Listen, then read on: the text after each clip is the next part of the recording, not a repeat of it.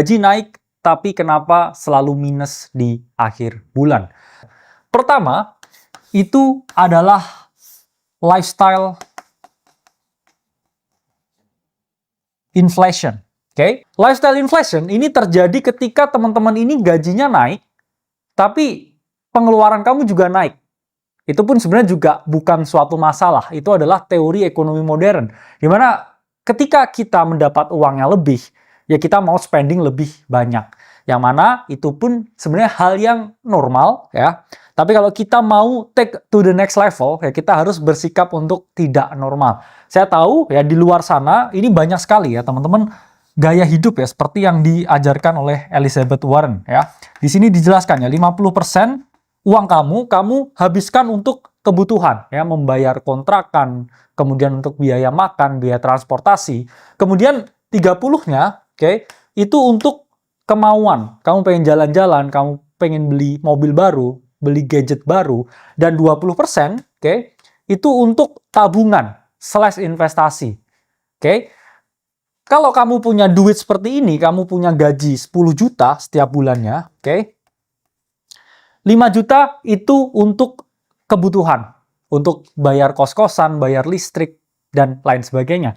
3 jutanya ya bisa kamu spendingkan untuk kamu seneng-seneng, ke bioskop, kemudian nonton konser, ya beli sepatu baru, dan lain sebagainya. 2 jutanya untuk investasi. Nah, kecacatan dari model ini adalah kalau teman-teman penghasilannya udah tambah banyak, kamu 10 juta nih, kamu misalkan baru jadi pegawai baru ya, setelah selesai magang kamu fresh graduate, kamu dapat 10 juta.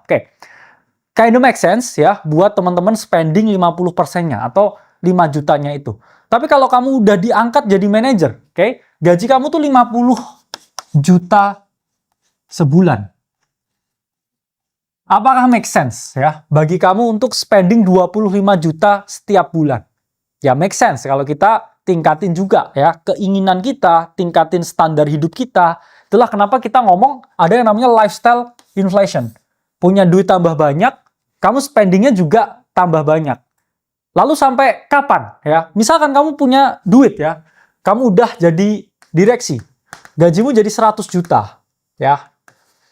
Apakah kamu akan spending teman-teman 50 juta setiap bulan? Kamu dengan standar ya 50 30 20 seperti yang dimiliki ya disarankan oleh Elizabeth Warren, yaitu teman-teman yang ada mengalami yang namanya lifestyle inflation, yang mana itu menyebabkan teman-teman merasa bahwa gajinya bertambah secara nominal karena spendingnya juga bertambah, endingnya in the end of the day kamu minus juga.